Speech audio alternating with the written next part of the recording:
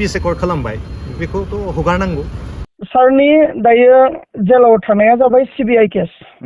आरो सिबिआइ केसा प्रथमाव lower court एबा फार्स्ट हाइ कर्टआ बेखौ लाइफ सेन्टेन्स फोसावदों बिनि उनाव जों आरो बेखौ हाइ कर्टआव चेलेन्ज खालामदों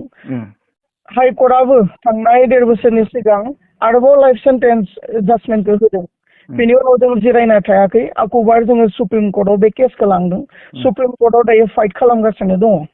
दा सारनि जेलाव थानायनि केसा जाहैबाय सिबिआइ केस आरो बे सिबिआइ केसा दिनै सुप्रिम कर्टआवहा सोलिगासिनो दङ आरो भारत सरकार आरो आसाम सरकारखौ आं बाख्नायो मानो होनोब्ला जों बर' बायदि बा कार्बि बायदि फिसा फिसा हारिजों बिसोरो एकर्ड खालामदों एकर्डआथ' ओरैनोथ' जों मिन्थिनाय मोनसे हादर आरो मोनसे हादरजोंसो एकर्ड जायो खिन्थु एफा जों बायदि फिसा फिसा हारिजोंबाबो भारत सरकारा एकर्ड खालामबाय बा खालामनो गोनां जानाया बेयो बर'फोरनिनो देरहानाय बा कार्बि हारिनिनो देरहानाय होननानै आं सानो आरो दा एकर्डनि दफाफोरखौ भारत सरकारा बेखौ थाबनो बेखौ इमप्लिमेन्ट खालामनांगोन अब्लासो बे एकर्डआ जाफुंदों होननानै जों सानगोन दा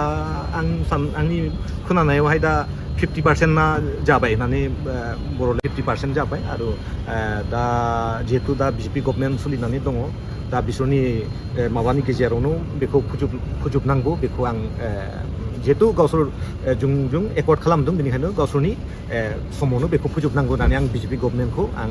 सेन्ट्रेल आरो बे स्टेट गभर्नमेन्ट लोगोसे बे एनडिएनिनो बेनिनो एलायन्स इउपिपिएल बे माबाखौ आफादखौबो आं खावलायो जिहेतु पिस एकर्ड खालामबाय बेखौथ' हगारनांगौ बेसेबां